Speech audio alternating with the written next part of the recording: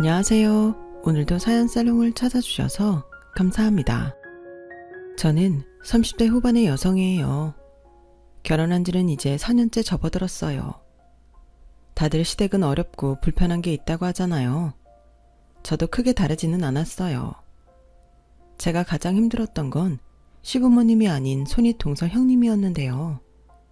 물론 때로는 시어머니가 너무 자기 아들 위주로만 생각하는 것 같아 속상한 때도 있었고, 그걸로 남편과 싸우기도 했지만 그렇다고 상식 이하로 속이 뒤집히고 했던 건 없었던 것 같아요.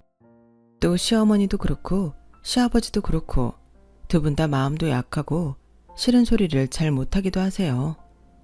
그러다 보니 가끔 쌓였던 게 폭발하기는 하는데요.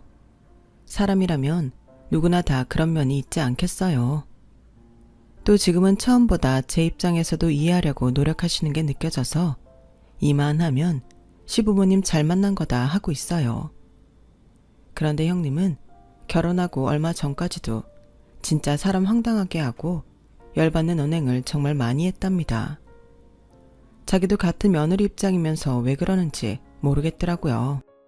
지금 생각해보면 무슨 동물의 왕국처럼 자기가 더 힘있고 잘났다는 걸 보여주려고 유치하게 기싸움을 한 거라는 생각이 들어요. 그 기싸움의 끝은 생각지 못한 곳에서 저의 승리로 끝났답니다. 오늘은 그 얘기를 해보려고 해요.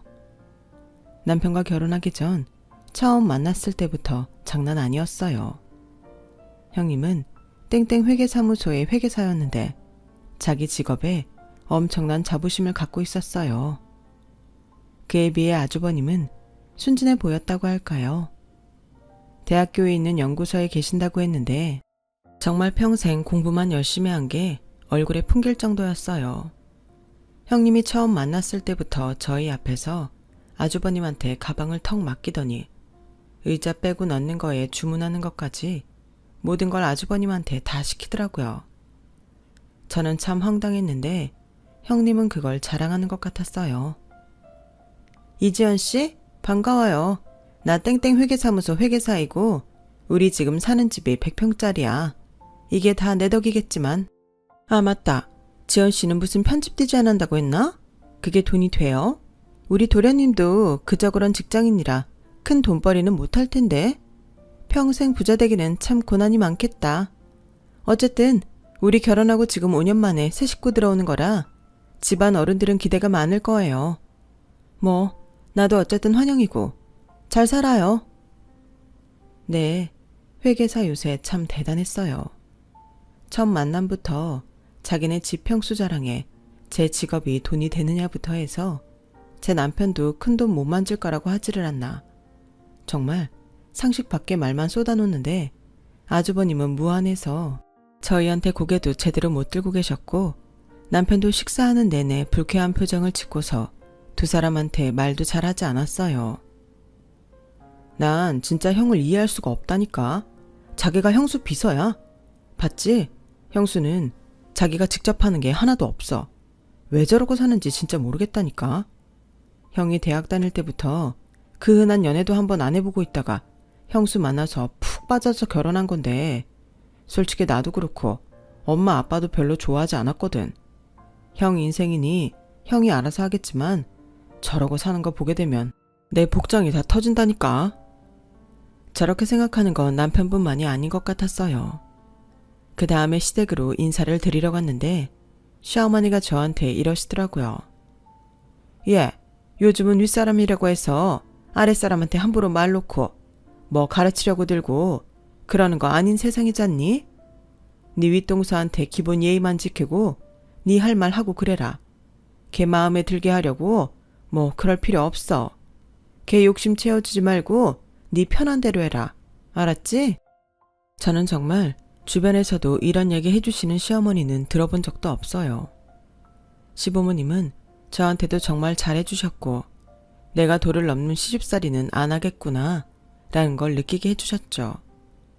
저희는 결혼식도 양가 축복 속에 잘 마치고 신혼생활을 시작하게 됐어요. 시어머니는 시댁에 일이 있어도 제게 무리한 요구를 하지 않으셨고 늘 형편에 따라 제가 힘들지 않게 해주셨어요. 시아버지도 잔소리를 한다든지 그런 게 전혀 없으셨고요.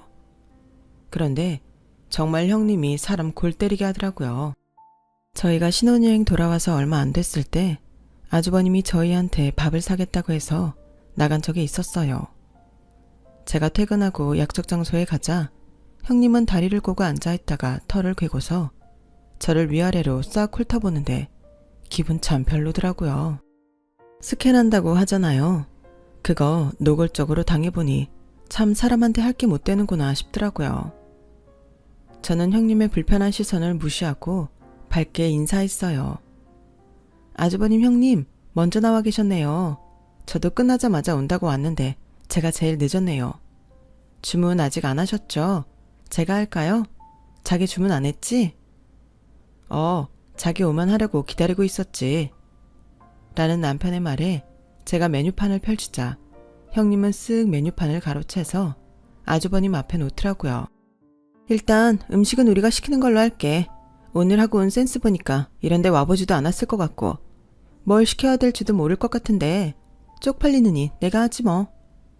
라더니 제가 무슨 말할 틈도 없이 손가락으로 메뉴를 집어가며 아주버님한테 이거랑 와인은 당신하고 나만 하지 뭐. 라는 거 아니겠어요? 아니, 형수, 뭔 사람 선택권도 안 주고 이러시는 게 어딨어요? 도련님, 기분 나쁘셨어요? 저는 동서가 잘 모를 것 같아서 배려해준다고 그런 건데요. 그럼 도련님도 와인 마실래요? 참, 됐습니다. 뭐 어차피 오늘 형이 사준다고 했으니 시켜주시는 거 잘 먹고 갈게요. 남편은 엉뚱하게 해석해서 자기 할 말만 하는 형님한테 질렸다는 듯 알아서 하라며 더는 말을 안 하더라고요. 하긴 저라도 그럴 것 같았어요. 물론 저도 기분이 많이 상했고요. 어쨌든 저는 내색하지 않으려고 애를 썼고 식사가 나오고부터는 같이 밥을 먹어서 그런지 어색했던 분위기가 좀 누그러지는 것 같았어요. 그런데 디저트가 나오기 전에 형님이 불쑥 저한테 이러더라고요. 동서, 명품백 없으면 어떻게 내가 하나 사줘? 아니, 식사 장소를 들었으면 거기에 맞게 갖추고 나와야지. 여기 봐봐. 누가 그런 싸구려 가죽 가방 들고 나온 사람 있나? 아무리 없이 살아도 사람이 기본적으로 갖추고 있어야 되는 게 있잖아. 네, 형님. 그럼 형님이 하나 사주세요. 감사히 받을게요. 이렇게 선물을 받을 줄 몰랐네요. 제가 넙죽 그 말을 받아들이자 형님은 당황했는지 얼굴이 빨개졌고 눈동자는 갈 곳을 잃고 흔들렸어요. 아니, 아무리 그래도 어떻게 고민 한번 안 하고 바로 그렇게 사달라고 해?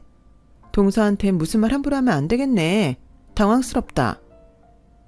사주신다고 해서 감사히 받겠다고 하는 것뿐인데요. 뭐 지금 사정이 안 되시면 천천히 사주셔도 돼요. 어머머, 동서 말 좀 이상하게 한다. 내가 돈도 없는데 무조건 지르고 받다는 거야? 형님은 손으로 파닥파닥 부채질을 하며 열을 식히더니 갑자기 화장실을 갔다 오겠다며 자리에서 일어났어요. 남편은 그 모습에 쿡 웃다가 얼른 참았고요. 집에 오는 길에 남편은 제 덕에 속이 다 시원하다고 했어요. 형수 당황하는 거 보니까 진짜 그동안 막혀있던 게 확 뚫리는 것 같더라니까. 너무 재밌었어. 근데 자기도 기분 나빴지. 어쩜 저렇게 사람을 대놓고 무안하게 하는지. 난 형수 보기 전에 회계사가 저렇게 대단한 사람들인지 몰랐잖아. 나라고 뭐 기분 좋을 리 있어. 근데 전에 어머니가 그랬잖아. 요즘은 무조건 윗사람 하는 말 참고 듣는 거 아니라고. 난 어머니가 이런 때를 대비해서 참지 말고 할 말 하라고 하신 것 같은데 그래서 대놓고 화내고 싸우기보다는 웃으면서 얘기해보기로 했지. 형이 하도 좋아하니 우리도 어쩔 수 없는 건데 난 진짜 형수 같은 사람 보다 처음 봐. 뭐 두 분이 잘 살면 그걸로 된 거 아니겠어? 나머지야 우리가 잘 대처하면 되는 거니까. 자기도 이제 너무 참기만 하지 마. 할 말은 해. 난 안 그래도 할 말 했어. 화내면서 말해서 문제지. 그래서 형수가 나 안 좋아하잖아. 아마 그래서 자기한테도 일부러 저러는지도 몰라. 그날 일은 그렇게 마무리되었고 얼마 지나지 않아서 시아버지 생신이 다가왔어요. 저는 결혼하고 첫 시댁 어른 생일이기도 하니 보통 신경 쓰이는 게 아니라 여기저기 물어보기도 하고 검색도 해서 선물도 그렇고 같이 식사를 할 장소도 물색했어요. 그런데 형님네에서는 아무 연락이 없는 거였어요. 자기, 곧 아버님 생신인데 아주버님한테 무슨 연락 없어? 선물은 각자 준비해도 식사 장소는 같이 의논해야 되지 않아? 안 그래도 내가 형한테 연락해봤는데 아직 형수랑 얘기를 못 해봤다네. 조금만 기다려달래. 근데 예약하려면 지금쯤 해야 될 텐데 아주버님이 먼저 정하시면 안 되나? 나도 그러라고 했는데 뭐 형수한테 꼭 물어봐야 된대. 자기 혼자 정하기 좀 그렇다나. 아, 내 형이지만 나도 답답하다. 그럼 내가 형님한테 전화해볼까? 그래도 되겠지? 집안 어른 챙기자고 연락하는 건데 괜찮겠지 뭐. 자기가 전화해준다면 나야 땡큐야. 난 진짜 형수하고 개인적으로 말 섞기 싫거든. 남편은 이제 아주 편하게 자기 형수 싫다는 말을 하더군요. 저는 저한테 맡기라고 하고 형님한테 전화를 했어요. 동서가 웬일이야? 전화를 다 하고 전화할 사람으로 안 보였는데? 잘 지내셨어요, 형님? 이제 좀 있으면 아버님 생신이잖아요. 그래서 식사 장소 어디로 해야 되나 여쭤보려고요. 아무래도 형님이 더 잘 아실 것 같아서요. 아, 그랬어? 뭐 내가 잘 알긴 아는데 이번엔 동서가 알아서 해봐. 처음 하는 거니까 혼자서 해보는 것도 나쁘지 않잖아. 그러면 다음에는 급을 올려서 어떻게 해야겠다. 감도 잡힐 거야. 나도 아무 말 안 하고 동서 하는 대로 따를게. 그냥 저 알아서 하라고 하는 말도 어쩜 저렇게 사람을 매기면서 하는지 참 그것도 재주다 싶었어요. 저는 알겠다고 하고 이리저리 알아봐서 시부모님 입맛에 맞을 만한 한정식 레스토랑을 예약하고 선물도 준비했어요. 그리고 시아버지 생신날이 되었는데 약속 시간 30분이 지났는데도 아주버님이랑 형님은 오질 않았어요. 남편은 결국 음식을 갖다 달라고 하고 아주버님한테 전화를 했죠. 전화를 끊고 온 남편은 어째 흥분해서 얼굴이 좀 벌개졌더라고요. 왜 그래? 아주버님 무슨 일 있으시대? 제가 묻자 시부모님도 궁금한 표정으로 남편을 쳐다봤어요. 남편은 아주 난처해서 어쩔 줄 모르더라고요. 아, 그게 형수 회사에서 나오는 호텔 디너 뷔페랑 숙박권이 있는데 그게 오늘이 마지막이었대요. 새카맣게 까먹고 있었는데 그거 안 쓰면 다음에 안 준다고 꼭 가야 된다고. 아니 이게 무슨 말인가요? 방구인가요? 그렇게 디너 뷔페를 꼭 가야겠으면 호텔 숙박권 정도는 시부모님 드려도 되는 거 아닌가요? 시부모님은 금세 표정이 안 좋아져서 마침 나온 식사를 시작하셨어요. 저희는 뭐라고 말해야 좋을지 몰랐고요. 생각해보면 형님은 계획적이었던 것 같아요. 처음부터 그날 호텔에 가려고 시아버지 생신 신경을 안 쓴 거고 저보고 다 알아서 하라고 했다는 생각이 들더라고요. 아니면 자기가 하는 것만 옳고 자기가 가장 눈 높은 사람이 그렇게 쉽게 남한테 일을 맡길 리가 없잖아요. 뭐 시부모님 챙기는 게 귀찮아서 그랬을 수도 있고요. 뭐가 됐든 아무리 윗사람이라지만 하는 짓이 너무 괘씸하더라고요. 그런데도 시부모님은 정말 남한테 싫은 소리 못하는 성격이 그대로 나와서 뭐라고 말을 하지 못하더라고요. 그래도 아주버님이 그런 성격을 꼭 닮은 것 같았어요. 저와 남편은 어떻게든 분위기를 띄우려고 애썼고 시부모님도 저의 장단에 맞춰서 결국 웃어주셨어요.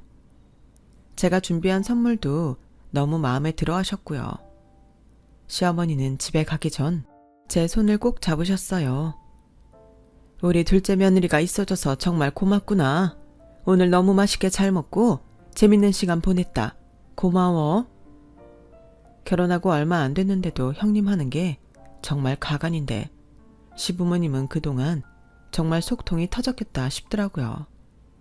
아니, 아무리 자기 일만 중요한 사람이라고 해도 그렇지 이렇게 기본 예의까지 없을 수 있을까요? 이게 다 좋은 직업 같고 돈만 잘 벌면 된다는 식의 우리나라 교육이 문제 같다고 제가 남편한테 한탄을 했어요. 자기 교육부 장관 돼야겠다. 내가 밀어줄까? 농담하지 말고. 난 정말 실망이야. 그래도 사회적으로 볼 때 성공한 전문직이잖아. 그런 사람들은 좀 더 나을 거라는 기대도 있고 말이야. 어쩜 저렇게 주변 사람은 보이지도 않는다는 듯 저럴 수 있지? 그게 내가 제일 열받는 건데 뭐 어쩌겠어. 그런 형수를 형이 좋아한다고 결혼한 건데 형 팔자지 뭐. 아니, 아주버님은 자기 선택이라 그렇지만 다른 사람들은 뭐냐고. 어쨌든 엮여서 살아야 되는데 자기 똑똑한 만큼 불편은 끼치지 말아야지. 아, 나도 모르겠다. 말해봤자 불평만 계속 나오지. 해결책도 없으니 말이야. 그렇게 며칠이 지나고 시어머니가 져주려고 블라우스를 샀다며 전해주러 오셨더라고요. 내가 딸이 없어서 이렇게 아기자기한 거 사서 줘보고 싶었거든. 둘째 들어오니까 이런 것도 해보고 너무 좋다. 저는 너무 감사하다고 잘 있겠다고 말하고는 그날 이후 형님한테 연락은 있었는지 조심스럽게 물어봤어요. 어머니, 혹시 형님한테 아버님 생신 잘 보내셨냐는 전화는 안 왔어요? 걔가 그런 전화할 정신이 있는 애가 아니야. 뭐 집 바쁜 일 끝나면 연락 한번 하겠지. 예, 그런 얘기 하지 말고 우리 즐거운 얘기 하자. 네 시아버지가 너 때문에 생신날 아주 호강했다고 너무 좋아하신다. 다음에 너 집에 오면 용돈 주신대. 아니에요. 제가 그런 거 받으려고 한 건가요? 당연한 일을 한 건데요. 마음에 드셨다니 저도 기분 좋아요. 아무래도 형님은 시부모님 생신을 제대로 챙기지 않았던 것 같아요. 형님 한 사람한테 시댁이 이리저리 흔들리는 거 아닌가 그런 생각이 들자 어째 이제 막 결혼한 제가 다 욱하더라고요. 하지만 저야 어쨌든 형님보다 아랫사람이고 결혼해서 이제 막 시댁도 알아가는 참인데 함부로 무슨 말을 할 수 있는 것도 아니었죠. 저는 어쩌면 형님도 저는 모르는 이유가 있을 수도 있다고 그렇게 좋게 생각하고 넘어가기로 했어요. 회계사무소들이 월말이 닥치면 다들 정신없이 바쁘다던데 마침 그때가 월말이기도 했기에 그래서 그런가 보다 이해하려고도 했고요. 하지만 시간이 가면 갈수록 형님에 대해 알게 되는 이야기는 제가 이해할 수 있는 수준이 아니었어요. 형님은 결혼할 때 원래 집을 반반씩 내서 하기로 했는데 결혼 준비하면서 갑자기 자기네 친정이 요즘 많이 어렵다며 하도 우는 소리를 내서 시부모님이 다 해주셨다고 하네요. 집에 들어가는 가구며 가전제품도 아주버님이 마련하셨고요. 지금 사는 그 100평이라는 데에는 6개월 전쯤 들어갔다는데 자기네 돈 벌어서 이사를 하면 월대 살던 집 보증금은 시부모님한테 돌려드려도 되잖아요. 정말 한 푼 들이지도 않았고 감사하다는 말도 없었대요. 그 말을 할 때 남편은 정말 얼굴이 벌개져서 씩씩대더라고요. 왜 안 그렇겠어요? 저는 듣기만 하는데도 기가 막히더라고요. 그때는 시간이 또 그렇게 지나갔고 2달쯤 후였어요. 형님한테서 전화가 왔는데 그 내용이 참 가관이었어요. 동서, 내가 시간지나 이런 거 물어보는 게 좀 그렇긴 한데 그래도 궁금해서 말이야. 아버님 어머님이 동서 예물 어떻게 해줬어? 예물이요? 그건 갑자기 왜요? 아니 며칠 전에 도련님이 집에 들러서 우리 그이랑 얘기하는 거 들었는데 불가리 거 세트 받았다며? 그리고 아버님이 저번에 생일 준비하느라 수고했다고 동서 용돈도 주셨다던데 그거 다 정말이야? 예물은 불가리 그거 딱 하나 받은 거 맞고요. 아버님이 주신 용돈은 정말 안 받으려고 했는데 꼭 주시겠다고 하셔서 주신 거 반만 받았어요. 아니 한 세트고 반이고 받은 거 맞잖아. 어머, 아버님 어머님 지금 동서랑 나랑 차별하는 거 맞지? 난 결혼할 때 그런 비싼 예물 받지도 못했어. 우리 남편이 준비한 반지 목걸이 세트만 받았다고. 그리고 용돈이라니. 나한테는 그런 거 주신 적도 없는데 이거 차별 맞아. 동서, 뭘 했길래 아버님 어머님이 그런 걸 해주셔? 제가 뭘 했냐고요? 글쎄요. 저는요 집장만 하는 것도 오히려 제가 돈 더 보태서 했고요. 한 6대4 정도로 제가 더 냈어요. 그리고 아버님 생신 챙긴다고 선물도 드리고 한정식 레스토랑 아버님 어머님 입맛 맞을 것 같은 데로 골라서 같이 식사도 했죠. 뭐 그 정도 한 것 같아요. 참, 주말마다 안부 전화도 드리고 가끔 부르시면 가기도 하고요. 그런 정도 가지고 동서한테만 용돈 주고 할 리가 없는데? 대체 무슨 알랑방귀를 끼길래 그런 예물을 받은 건지 말해봐. 저는 집어들 때 제가 좀 더 보탠 것밖에 없어요.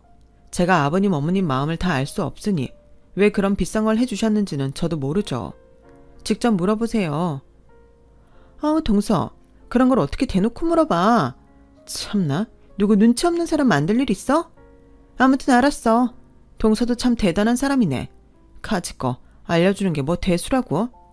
처음부터 보통 깜찍하진 않겠구나 했지만 이 정도일 줄은 몰랐네. 제가 깜찍한 인상은 아닌데 그렇게 봐주셨다니 감사해요. 저는 형님의 말도 안 되는 꼬인 말에 지고 싶지 않았어요. 제 옷차림이나 가방 같은 게 자기가 한 것보다 좀 저렴한 것 같으면 대놓고 깎아내리고, 제가 시부모님한테 자기보다 좋은 걸 받은 것 같으면 그건 또 못 참는다니.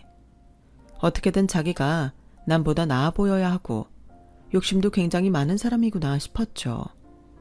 그리고 자기 외모를 위해서는 정말 아낌없이 돈을 쓰는 것 같더라고요.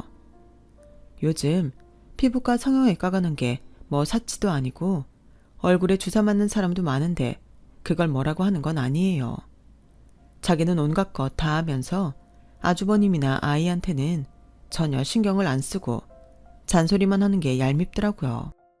남편이 아주버님을 만나고 오면 늘 열받아서 형님 너무한다고 화를 내는데요. 저는 처음에는 남편이 지나치게 형님을 싫어한다고 생각했는데 그게 아니었어요. 아니, 누가 요즘 자기 피부과 돈 쓰는 거 뭐라고 하겠어? 그렇게 자기 관리하고 꾸미는 거 자기 돈 번 걸로 감당이 되면 뭐라고 안 하지. 물론 형수 돈 많이 벌겠지. 그렇다고 해도 자기만 혼자 무슨 연예인처럼 매달 엄청나게 피부과에 돈 들이고 형이랑 이현이는 요만큼도 신경을 안 써. 내가 진짜 기가 막힌 게 뭔 줄 알아? 형은 속옷을 아직도 결혼 전에 입던 걸 입더라. 이게 말이 돼? 그게 언젠데. 그리고 이현이 입주위에 하얗게 버짐인지 그런 게 폈어. 아니, 100평짜리 집이라고 자랑하면서 애 먹이는 거랑 건강에 얼마나 신경을 안 썼으면 그 지경을 만들어? 형이 병원 같이 갔는데 영양소 부족이라고 그랬대. 이게 말이 되냐고. 이제 3살짜린데 자기가 잘 챙겨야 될 거 아냐. 자기가 형님 너무 나쁘게 보고 그러는 거 아니야? 형님 많이 바쁘시니까 아주버님이 챙길 수도 있잖아. 누가 그걸 몰라? 물론 형도 바쁘다고 집안을 안 돌본 건 반성해야지. 근데 형수는 자기 몸은 잘 챙기면서 식구는 안 챙기니까 하는 소리야. 형은 사실 한번 연구 시작하면 자기 먹는 것도 잊어버려. 형이 잘했다는 게 아니고 성격이 그런 데가 있는 거고, 형수처럼 온갖 것 신경 잘 쓰는 사람이 애가 저 지경이 되게 뒀다는 게 기가 막히지. 안 그래도 형은 다 자기 잘못이라고 아주 이현이한테서 눈을 떼지 못하더라. 물론 형이랑 형수 다 똑같지만 난 진짜 형수한테 질렸어. 제가 형님을 겪어보니 남편이 그렇게 펄펄 뛰고 열을 내는 게 이해가 가더라고요. 그렇게 자기가 받아야 될 거는 시간이 지나도 따지면서 자기 아들한테는 그렇게 무심하다는 게 이기적이라고 밖에는 할 말이 없었으니까요. 게다가 시가 쪽에 결혼식이 있어서 가게 됐는데요. 저는 늘 티 안 나게 꾸민 듯 안 꾸민 듯 하는 걸 좋아해서 요란하게 명품 상표 보이고 그런 걸 안 좋아해요. 그런데 형님은 저와 달라서 아주 머리끝부터 발끝까지 자기가 그 명품 브랜드 상품인 것처럼 티를 내거든요. 뭐 그거야 자기 취향이니 이해해요. 그럼 다른 사람 취향도 존중해줘야 되는 거 아닌가요? 형님은 그 결혼식 자리에서도 저를 쓱 훑어보더니 이내 비웃으면서 이러더라고요. 아니, 그게 대체 언제적 스타일이야? 동서는 시댁 결혼식까지 그렇게 꼭 없는 티를 내야 되겠어? 아니, 편집 디자인을 하는 사람이면 그래도 디자인이라는 걸 하는 건데 이렇게 센스가 없어. 어머 형님, 요즘은 브랜드 티 내지 않는 게 더 세련된 거예요. 내가 이런 브랜드 써요 하고 티내는 건 나이 든 것 같잖아요. 동서는 자격지심을 참 이상하게 표현하더라. 동서도 그렇고 도련님도 그렇고 그렇게 벌어서는 생활비 들어가는 것도 빡빡하잖아. 그냥 없으면 없다고 하면 되지. 무슨 티가 안 난다는 둥 그런 말을 해. 뭐 동서 취향이 구린 건 알겠는데 그래도 이런 자리는 좀 더 차려입고 오는 버릇 좀 해. 어머님 아버님도 며느리가 이러고 오면 창피하실 거 아니야. 저는 형님이 너무 선 넘는 것 같아서 뭐라고 하고 싶었지만 주위에 다른 시댁 어른들도 있고 해서 그냥 참고 말았어요. 그 일이 있고 한 달쯤 지났을 때 형님네는 이사를 갔어요. 거기가 앞으로 오를 거라는 말을 들었다며 그렇게 자랑하던 100평짜리 집을 팔고 50평 정도 되는 아파트로 이사를 했더라고요. 그런데 형님은 무슨 꿍꿍이가 있었는지 자기네 회사 사람들, 거래처 사람들 다 같이 집들이를 하는데 저보고 와서 도와달라고 하더라고요.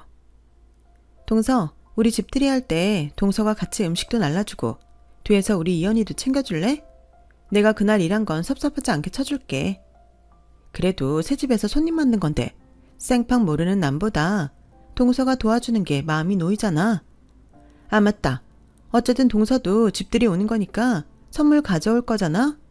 괜히 뭐 살 생각하지 말고 땡땡땡에서 거실에 놓을 도자기로 된 무드 등 사와. 내가 어떤 모델인지 톡으로 보내놓을게. 형님은 저를 자기 집들이에서 심부름시키면서 자기가 저보다 더 우위에 있다는 걸 보여주고 싶은 것 같았어요. 그런 심보를 생각하니 정말 가고 싶지 않더라고요. 그래도 조카 아이가 마음에 걸리기도 했고 나중에 따로 집들이에 가기 싫기도 해서 알겠다고 했어요. 그리고 형님이 선물로 달라고 한 그 무드 등이요. 정말 가격이 악소리 나오게 비싸더라고요. 저한테 주겠다는 일당이 몇 배는 되던데 그러면서 저한테 일당 준다고 얼마나 공치사를 하든지 눈꼴 씌어서 못 봐주겠더라니까요. 아무튼 그날은 그런 걸로 따지는 것도 유치했고 저는 조카를 돌보면서 손님들이 오기를 기다렸어요. 손님들이 하나 둘씩 오기 시작하더니 곧 오기로 한 사람들이 다 왔고 저는 형님이 시키는 대로 음식을 내갔어요. 아주버님은 제가 왔다 갔다 음식을 나르니까 미안해서 어쩔 줄을 모르더라고요. 아우 재수씨, 제가 나중에 다 갚을게요. 오늘 정말 미안해요. 네, 그래도 이사하셨는데 저도 이렇게 축하한다고 생각하면 되죠 뭐. 그러면서 음식을 들고 제일 마지막에 오신 손님들 자리에 갔는데 그중에 나이가 가장 많은 남자분이 저를 빤히 보시더니 갑자기 반갑게 인사를 하더라고요. 아유 지연씨, 지연씨를 여기서 보네? 어떻게 여기를 왔어요? 누구랑 아는 사이예요? 아저씨, 저 여기 저희 아주버님 댁이에요. 오늘 집들이 있다고 해서 도와드리러 왔는데요. 아니, 우리 회사 큰 고객 따님이 그럼 김현수 씨 동서인 거네? 와, 이런 인연이 있나?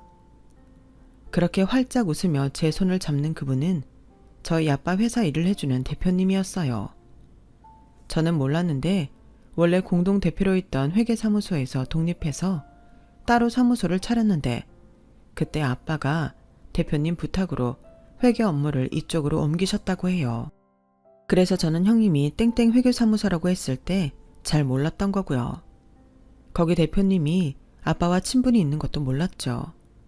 대표님이 저를 붙잡고 반갑게 이야기를 하고 있으려니 형님이 무슨 일인가 싶어서 잽싸게 오더라고요. 어머 대표님, 우리 동서한테 무슨 일이실까요? 이렇게 누구랑 반갑게 얘기하시는 거 처음 본 것 같아요. 김 차장. 김 차장은 내가 독립하고 우리 사무소 와서 잘 모르지? 여기 지연씨가 우리 회사 은인이나 다름없는 땡땡 투자 대표님 딸이야.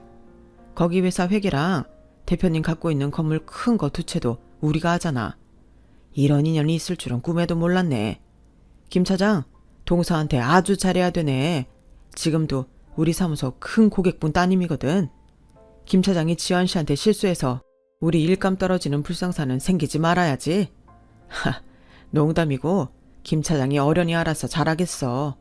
이렇게 형님네 집들이라고 도와주러 온 거 보면 사이가 꽤 좋은 것 같은데 오늘 김 차장이 일 다 끝나고 나면 지연 씨한테 크게 한턱 쏴야 돼.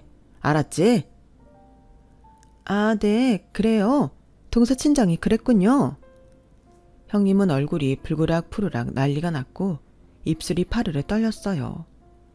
저는 그걸 보고 웃음이 터질 것 같은 걸 겨우 참았어요. 사실 저희 아빠가 규모가 크지는 않아도 아주 알찬 투자회사를 운영하고 있었고 그 회사가 있는 건물과 그 옆 건물도 소유하고 계셨는데 그 건물이 좀 크거든요. 그런 사실을 전혀 몰랐던 형님은 깜짝 놀란 거고 대표님이 대놓고 저한테 잘해주라고 하니 완전 당황한 거죠. 대표님은 집들이가 끝나고 돌아갈 때까지 형님한테 저한테 잘해주라고 몇 번을 말했는지 몰라요. 자기 대표한테 뭐라고 할 수도 없고 형님은 어쩔 수 없이 예 할 수밖에 없었죠. 사람들이 다 가고 난 후 형님은 저한테 따지듯이 말했어요. 아니, 동서는 친정집이 그러면 그렇다고 말을 해줘야지. 왜 여태 아무 말도 안 했어? 이게 대체 무슨 경우야? 제 친정일이 형님하고 관계가 있을 줄 저도 몰랐죠. 아니, 그렇게 잘 사는 집딸이 왜 이러고 다녀? 누가 보면 아주 서민인 줄 알겠어. 형님, 제가 정말 말 안 하려고 그랬는데요. 지난번 결혼식 때 형님이 뭐라고 했던 그 옷이요. 그거 유럽에서는 굉장히 유명한 하이엔드 제품이에요. 저는 원래 명품 브랜드 떡하니 붙여놓은 거 별로 안 좋아해서 좋은 자리에는 주로 그런 거 입어요. 그리고 평소에는 일하고 활동하기 좋은 옷하고 신발이면 뭐든 괜찮고요. 원래 그런 거 신경 안 쓰고 오래 입고 오래 쓸 수 있는 거 좋아하는 것 뿐이에요. 그러니까 형님도 이제 제가 하고 다니는 것 같고 뭐라고 안 하셨으면 좋겠어요. 형님이 남한테 보이는 거 많이 신경 쓰시는 건 알겠는데요. 형님처럼 하지 않는다고 다른 사람들 쉽게 판단하시는 거 솔직히 아닌 것 같아요. 저 오늘 온 것도 이연희가 신경 쓰여서 온 거지. 형님 그동안 저한테 하셨던 걸 생각하면 여기 단 1초도 있고 싶지 않거든요. 그러니까 앞으로는 제가 아무리 아랫사람이어도 말조심 좀 해주셨으면 좋겠어요. 제가 이빠른 소리를 하자 형님은 어쩔 줄 몰라서 양손을 잡고 발만 동동 구르더라고요. 제가 옷을 갈아입고 나와서 집에 간다고 하자 형님은 그제야 제 팔을 붙잡고 사정하더라고요. 저기 동서, 친정에 내 얘기 뭐 하고 그런 거 없지? 그동안 나 때문에 마음 상한 거 있었으면 내가 사과할게. 동서가 처음부터 친정이 어떤 집안인지 말만 해줬어도 이럴 일은 없었겠지만. 아차, 아니야. 지금 말한 건 잊어줘. 미안해. 내가 미안해. 형님은 사과한다는 말도 입이 겨우 떨어지는 게 보였어요. 그리고 미안하다고 하는 순간에도 얄미운 말을 하는 건 너무 의도적인 게 빤히 보여서 참 사람이 별로라는 걸 다시 한번 새삼 깨달았죠. 제가 아주버님하고 조카한테만 인사를 하고 나가자 형님은 엘리베이터 앞까지 따라오면서 동서, 내 맘 알지? 아무튼 앞으로 잘 부탁하고 미안해. 그리고 내가 오늘 동서가 사온 선물하고 일당하고 그 돈 다 붙여줄게. 형님, 선물은 선물이죠. 그걸 왜 돈을 주세요? 아니야. 내가 부탁해서 사온 거니까 돈 보내줄게. 그럼 내 얘기 대표님한테 이상한 건 하지 말고 잘 부탁해. 형님은 엘리베이터 문이 닫힐 때까지 억지로 웃으면서 저한테 손을 흔들더라고요. 저는 집으로 가면서 형님한테 문자를 보냈어요. 형님이 어떤 마음으로 사과를 하셨든 받을게요. 솔직히 형님도 그동안 저한테 이상하게 군 거 아시죠? 아무리 아랫사람이어도 더는 그러지 마셨으면 좋겠어요. 그리고 형님, 이제는 아주버님하고 이현이한테도 신경 좀 쓰세요. 형님 얼굴하고 옷하고 신발에만 돈 쓰지 마시고 아주버님 새 속옷도 사주시고 좋은 데도 같이 가시고요. 이현이 먹는 것도 신경 쓰시고요. 그런 거 아버님 어머님도 아시면 마음이 어떠시겠어요? 아무리 싫은 소리 못하시는 분들이라고 해도 그렇지. 형님이 그런 사람 성격 뻔히 다 알고 더 마음대로 하는 거 제 눈에 다 보이거든요. 앞으로는 아버님 어머님 생신도 신경 쓰시고 명절에도 시댁에 인사도 잘 하셨으면 좋겠네요. 형님 명절에 시댁에 아무것도 안 하신다면서요. 저한테만 아버님이 용돈 줘서 섭섭하다고 하셨죠? 형님이 한 번만 명절에 찾아가서 인사만 하셔도 아버님 어머님 좋아서 용돈 더 주실걸요. 제가 말하는 게 주제 넘을 수 있지만 이제 형님도 윗사람답게 행동하시면 좋겠네요. 평소 같으면 제가 이런 말하면 난리 났을 형님인데 그날은 바로 저한테 꼬리를 내리는 문자를 보냈더라고요. 그래, 알았어, 동서. 동서 말대로 할게. 저는 그 일을 저만 알고 있기로 했어요. 그래서 한동안 말 안 하다가 좀 지나서 얘기했더니 남편이 통쾌해서 어쩔 줄 모르고 웃더라고요. 정말 생각지 못한 곳에서 아빠 지인분을 만나서 형님이 그동안 저 먹인 걸 몇 배로 돌려준 것 같아서 저도 그날 일을 생각하면 저절로 웃음만 난답니다. 형님은 그 이후 제 눈치를 엄청 보더라고요. 저한테 잘하려고도 노력하지만 그게 다 친정백 때문인 게 눈에 뻔히 보일 정도로 떨떠름한 표정으로 하기 때문에 사람이 바뀐 건 아니라는 건 잘 알겠더라고요. 그래도 저한테 전처럼 함부로 굴지 않아서 그건 정말 좋더라고요. 말도 안 되는 소리 듣지 않아도 돼서 마음도 편했고요. 자기 대표 귀에 무슨 말이 들어갈까봐 전전긍긍하는 모습을 보면 좀 짠하기도 해요. 제가 자기 본 모습을 다 폭로하면 대표한테도 찍힐 테고 그렇게 되면 자기 회사 생활도 편치만은 않을 테니까요. 어쨌든 형님은 형식적이긴 하지만 아버님 어머님한테 가뭄에 콩나듯 전화도 하고 생신 때에는 선물이라도 챙겨 보내더라고요. 저는 형님을 보며 그런 사람은 되지 말아야지 하고 다짐한답니다. 제 이야기는 여기까지예요. 다들 재미있게 들어주셨길 바라며 이만 인사드릴게요. 감사합니다. 여러분, 사연 댓글에 응원과 현명한 조언 부탁드려요. 좋아요와 구독은 저에게 큰 힘이 됩니다. 오늘도 좋은 일 가득하세요.